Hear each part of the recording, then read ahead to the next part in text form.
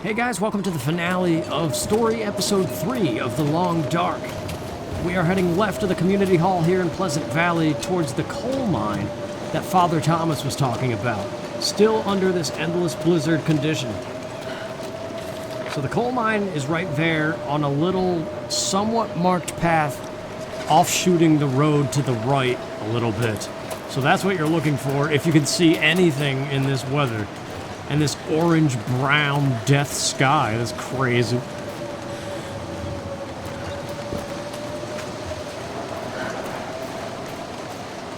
It's awesome, though.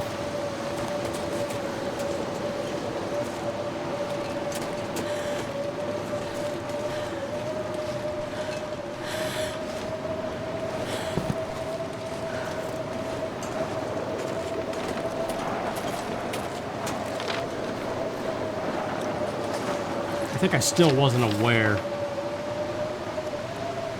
But right now I realize that there was that path to the right. Yeah, there's been a few days in real life with skies this kind of color, just unnatural looking thing that are, it's so rare that you're always like, it's the end of the world. No, I don't know.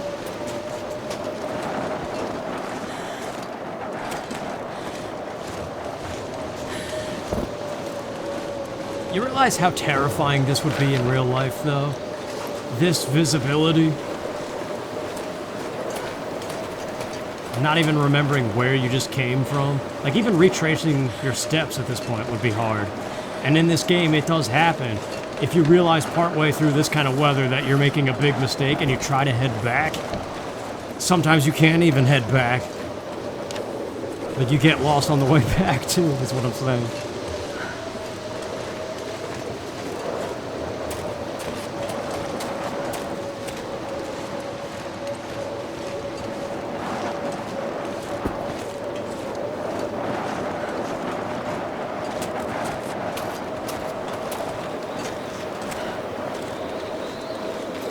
I remember being very scared at this point, too, because remember the bear?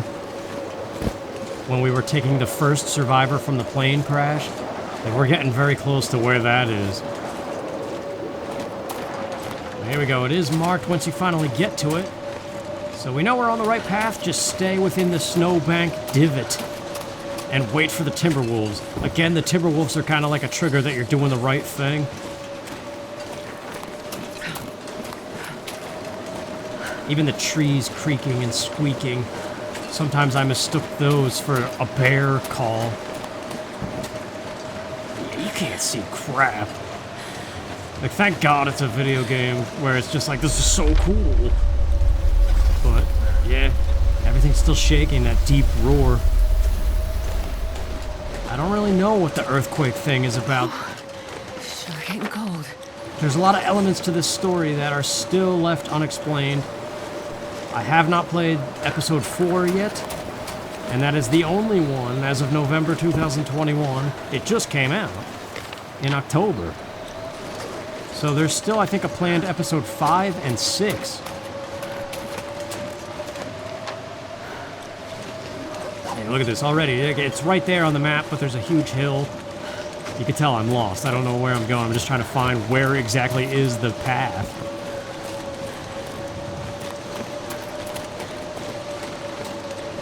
And then it's easy to find it again, but then be going the wrong way. That happens. I've never felt so cold in my life.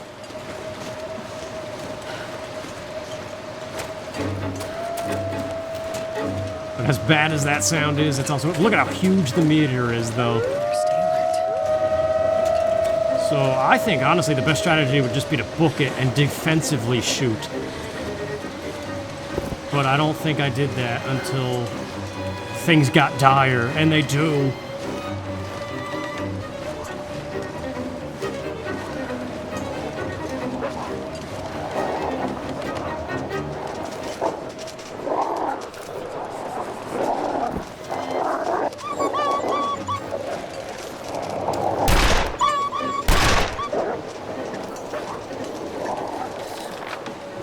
Yeah, it's like so tempting to bank the right and just book up there.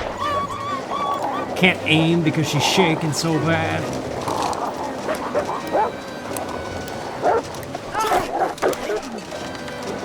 This was stupid, too. I mean, it's smart, but they're just gonna bite you again.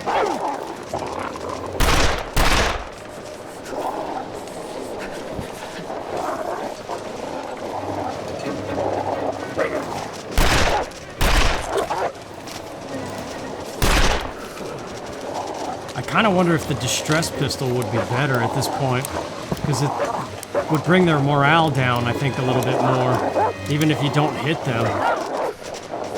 Right. It's a lucky headshot as he's lunging, right by some old man beard dressing. If you needed that to... Like, the wolf bites can sometimes leave a yellow infliction, and that's what you need the old man stuff for. Or just a jar of hydrogen peroxide, that antiseptic stuff. But yeah, see, the hypothermia, I mean, you got time. Just one last scary thing, and now it's just puzzle solving from here.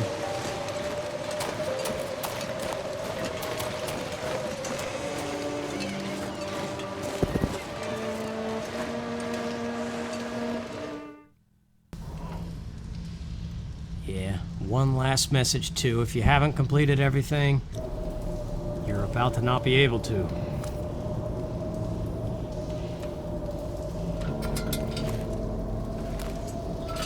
I don't really like this part of it. I mean, in a way, it sets a decent mood, but the puzzle itself is kind of cumbersome. But it could be because I sort of botched it up a little bit.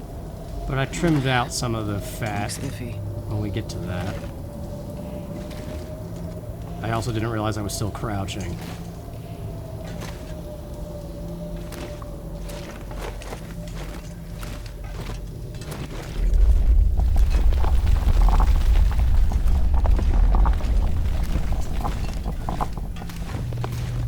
It's definitely terrifying.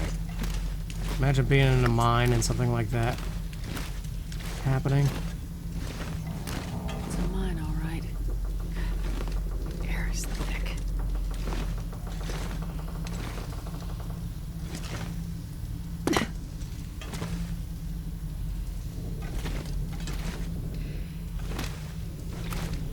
No way to know how deep it goes.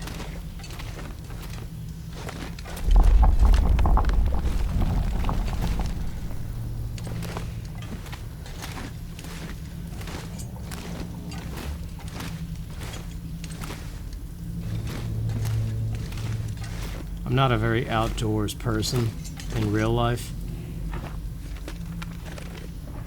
But I mean, it just makes you appreciate markers on trees and stuff.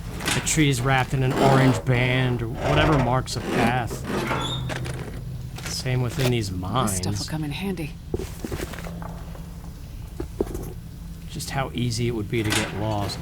Now this I don't get. Why are there so many supplies here? Unless in Pleasant Valley you can go into this mine in survival mode. Like, this is all pointless. We're just a few walks away from the end.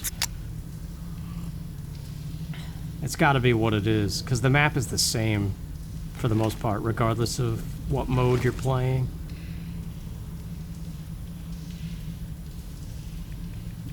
I don't know what I was doing here. I think because the rabbit skin thing broke, I was just seeing what the head wrap was. But those are pretty crap. Like, it must just be a last resort if you're really struggling. But on normal and definitely easy, or Voyager and Pilgrim, you're never really in that dire straits. There's a better hat laying around somewhere almost always.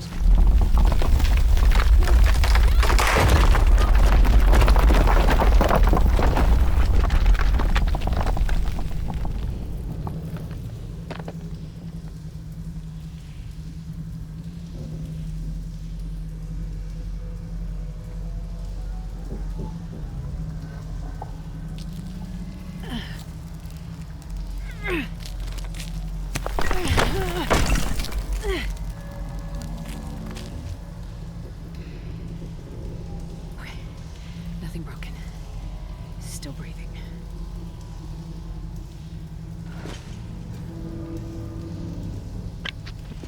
You We duck under those rocks. I think I remember actually being scared at that moment. But yeah, definitely check if you got anything. It does. Even though she says nothing broken, you got all these afflictions you gotta take care of.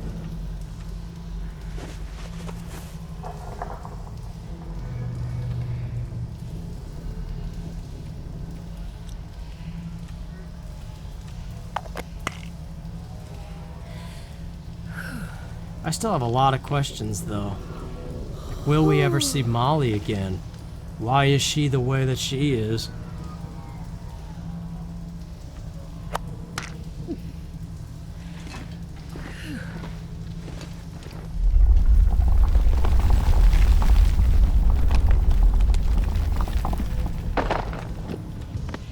And I know from a map perspective where this mine dumps out, so I know where Astrid's gonna be next.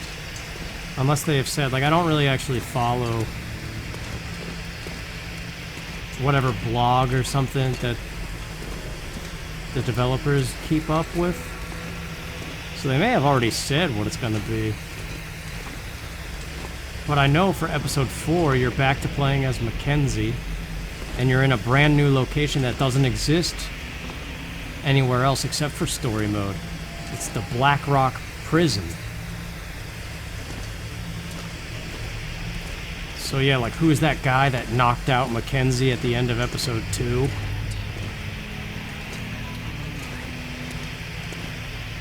What does Blackrock have to do with this? What's the lights in the sky? What about Methusula, that, like, godlike figure that just appeared everywhere by a campfire?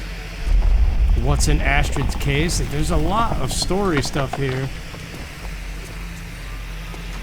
That kind of leaves you wondering. Like, if it was a Netflix series, I would want to see the next episode. But I think it's one of those things that's just better to play on your own time and really get immersed in it. But here we go. This is the puzzle of this place. There's 6 fuse boxes. The first 3 control an elevator, and they're all burnt out. So you have to take out the burnt fuses. This elevator looks like the only way out of here. And replace them with better ones that are deeper in the mine. But you've seen how the mine is. You got a lot of left and right to choose from, and if you're not paying great attention, you can go the wrong way or whatever. The music's kind of creepy randomly, too.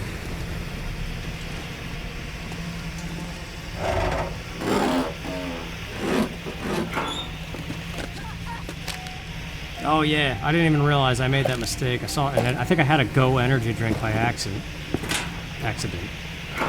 So that's why she kind of screamed out in pain. It's, the edges of the screen are kind of like a blue haze right now.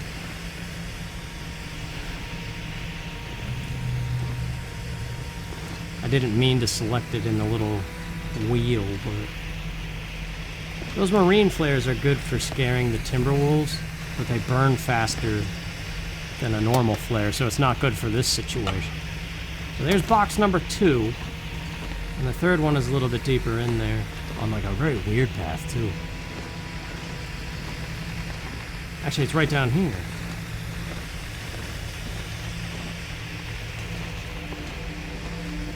Yeah, just like the Carter Dam, do not step on the electricity.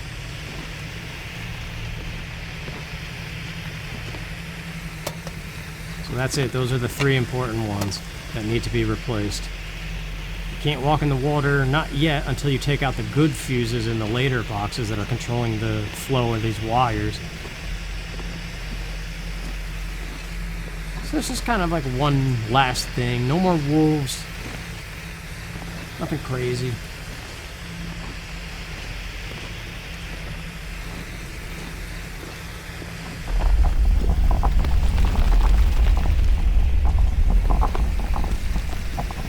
Yeah, in many ways, this Let's Play has kind of felt like The Long Dark, just to be stupid and use the game's name.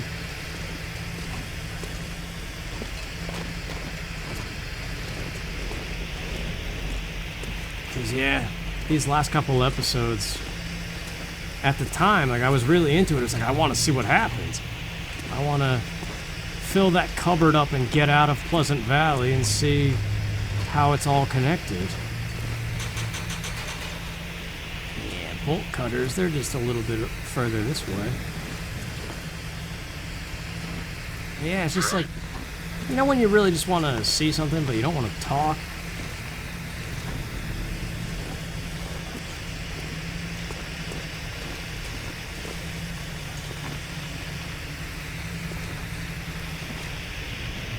It's like I didn't know what to say then. I don't really know what to say now, even. It's just these files were getting so long. Like that last episode that was only 23 minutes or something. The original file was an hour and 20 minutes. So that's how much I cut out of it. I think I can use this. There's the bolt cutters. This guy's got some candy on him or something.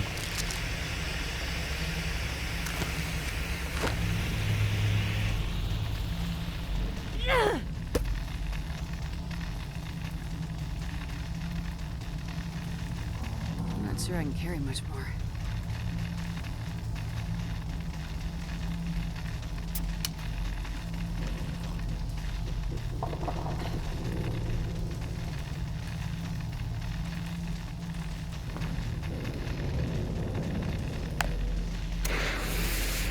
I don't know, I think it's something with this game in particular.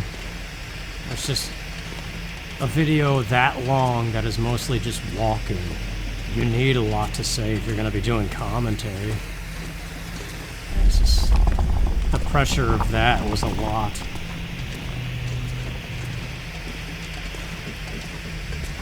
But then no commentary, it's like other people have already done that, so it's...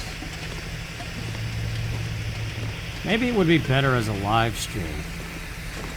But I think at this point it's kind of too little too late, or too much.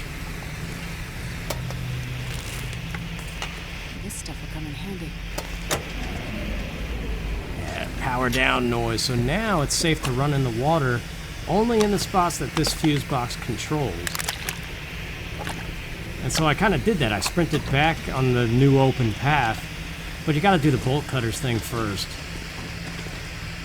I wonder if I can drop any of this gear. See, off to the right, it's not sparking anymore. So it's tempting to go down here, but no, you want to go back and do the bolt cutter thing first. So, let's get rid of that mistake.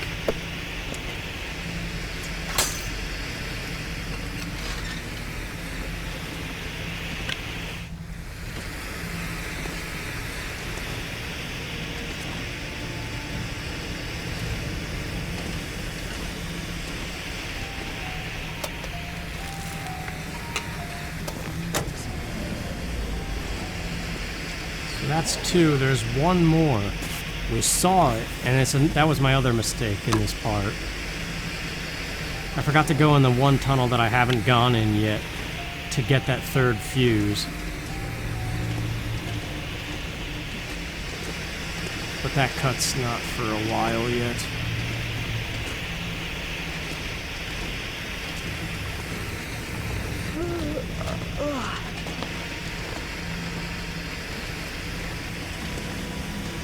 Because, yeah, we do have to go put them back in their rightful places. So I do a little bit of that here. That's the one, right up there. I saw it, wasn't sure how to get to it, but the tunnel is literally to the left. I even looked at it. Look at that green tunnel. I don't know, 6 months ago, I don't know what I was thinking at the time.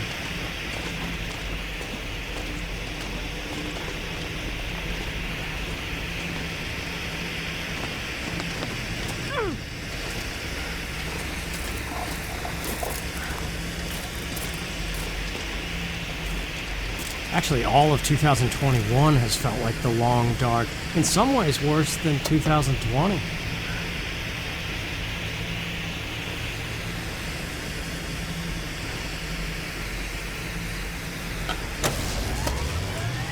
Like, not the game itself, I mean the name. What the long dark sounds like. It's like a long, rough time. I mean, I took those 2 months off. Came back and was recharged for like a week, and it's like right back to, oh yeah, Everything is still long and rough, isn't it? A lot of unknowns.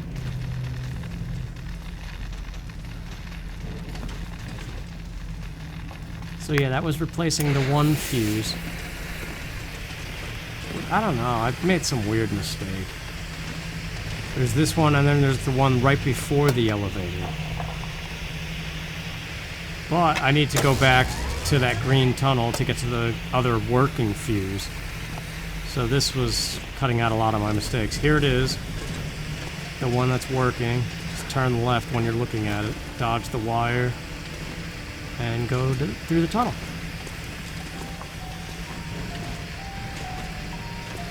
I'm really sorry for this post-commentary. It is very play-by-play stupid, I know.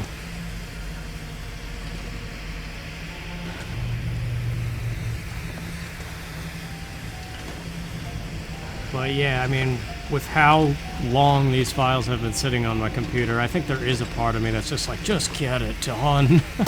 You know, cleaning up the mess.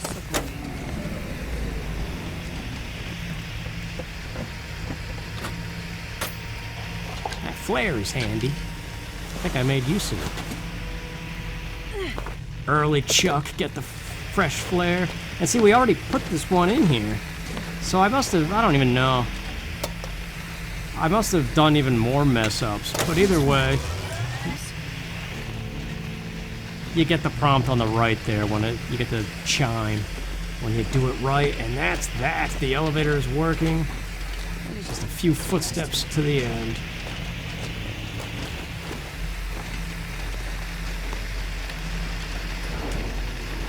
I would not take an elevator in an abandoned mine.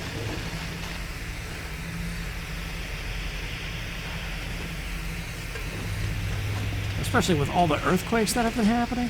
Crazy. And now this leads a question. Speaking of all this inventory and stuff. Will Astrid keep what's on her going from episode 3 to whatever one she's featured in next? Episode 5 or 6?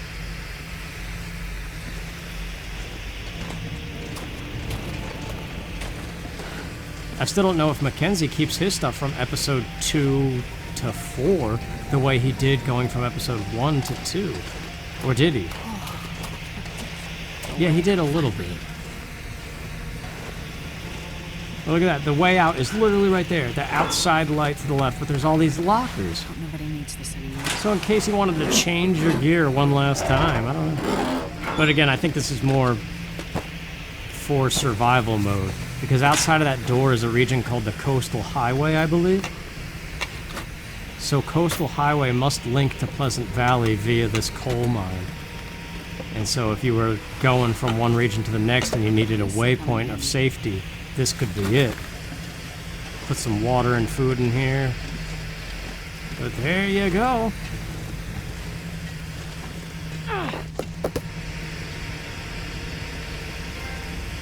Crossroads Elegy. That's right, that was the title of this thing. What the hell?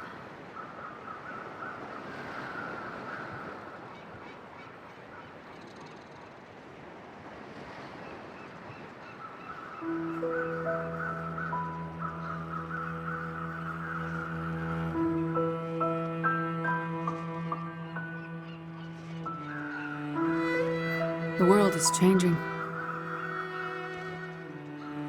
Has changed. The aurora, the weather, wildlife. It somehow feels like Mother Nature is crying out. Or maybe she's warning us of what's to come. People like Molly or Father Tom, or the crash survivors. They're just the ones left behind. Damaged people. The hopeful and the hopeless. What will this new world do to them? Will it make them harder? Will it break them? I'm not sure I can help them. And I don't know what I'll find when I get to where I'm going. But But what I do know is this. Mackenzie is alive, and he's heading to Perseverance Mills. And that means I have to get there before it's too late. I may not be able to stop this darkness from coming, but I'll be damned if I'm gonna let it happen without a fight.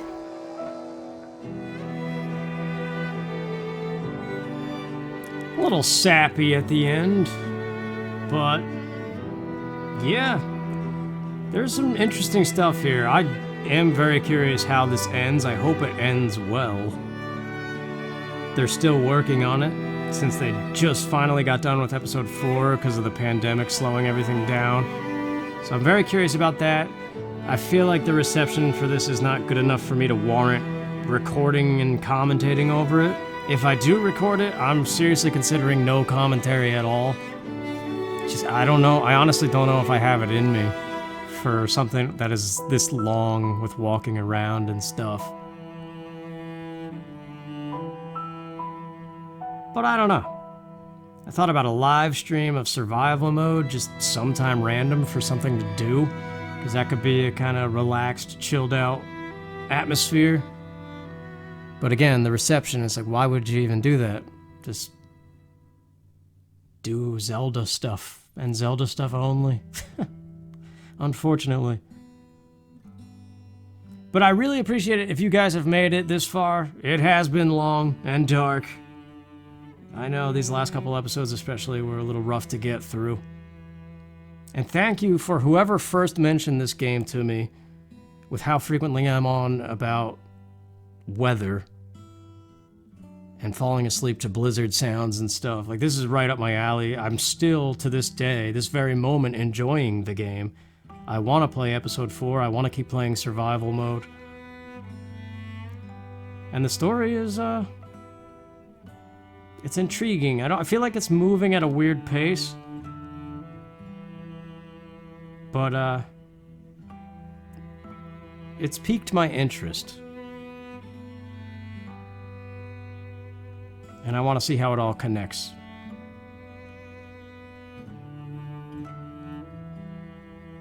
So yeah, for like an indie small studio, I don't know how indie they are really, but definitely worth your time. I think